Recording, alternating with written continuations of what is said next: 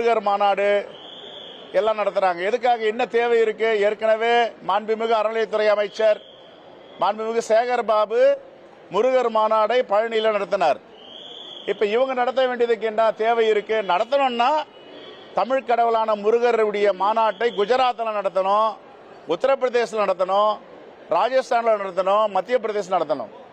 அதுதான் சமத்துவம், அதுதான் இந்து கடவுள்களை நாங்கள் சமமாக பார்க்கிறோம் என்று பாஜகவுடைய செய்தியா இருக்கும். ஆனா அரசியல் செஞ்சு மக்களை எப்பவுமே அச்சத்தில் வச்சிருக்கிறது, பதட்டத்தில் வச்சிருக்கிறது பாஜக. இந்த மாநாட்டை ஏன் குஜராத்ல உத்தரப்பிரதேசம் நடத்தக்கூடாது? இதுல பிரித்தலும் சூழ்ச்சி இருக்கிறது. ஏன்னா விநாயகரை நாங்கள் ஏற்றுக்கொள்கிறோம், ராமரை ஏற்றுக்கொள்கிறோம், அங்க முருகருக்கு ராமர் மாநாடு நடத்துறாங்க, விநாயகர் ஊரம் நடத்துறாங்க. இதே மாநாட்டை முருகர் மாநாட்டையே முருகர் மாநாடு தமிழ்நாடு சொல்றாங்க, தமிழ்நாட்டில் நடத்தியிருக்கோம். யார் சொல்ல? செல்வப்பிறந்தை காங்கிரஸ் தலைவர் செல்வப்பிறந்தை தமிழ்நாட்டில் நடத்தியிருக்கிறோம். ஏற்கனவே சௌராஷ்டிரா குஜராத்தில் சௌராஷ்டிரா தமிழ் சங்கம் நடத்தினோம்.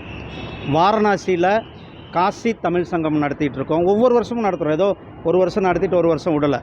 ஒவ்வொரு வருஷம் கூட காசி தமிழ் சங்கம், இதுக்கெல்லாம் உங்களுக்கு தெரியுமான்னு தெரியல. இதெல்லாம் போய் பார்த்துட்டு வந்தாங்கன்னா தெரியும்.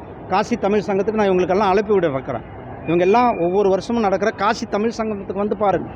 அங்கே தமிழர்களுடைய கலாச்சாரம், தமிழர்களுடைய ஒற்றுமை, தமிழர்களுடைய வீர விளையாட்டு, தமிழர்களுடைய இலக்கியங்களை எந்த அளவுக்கு காட்சிப்படுத்தப்படும், உத்தரப்பிரதேச மக்கள் அதை எப்படி கொண்டாடி கொண்டு இருக்கிறார்கள் என்பதை இவர்கள் நேரில் பார்க்கணும்.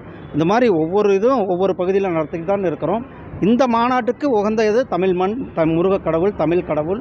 அதனால் நாம் தமிழ்நாட்டில் இதை நடத்தி கொண்டிருக்கோம். பிளே ஸ்டோர் மற்றும் ஆப் ஸ்டோரில் இருந்து பாலிமர் செயலியை QR கோடு மூலம் பதிவிறக்கம் செய்யுங்கள். செய்திகளை உடனுக்குடன் பெறுங்கள்.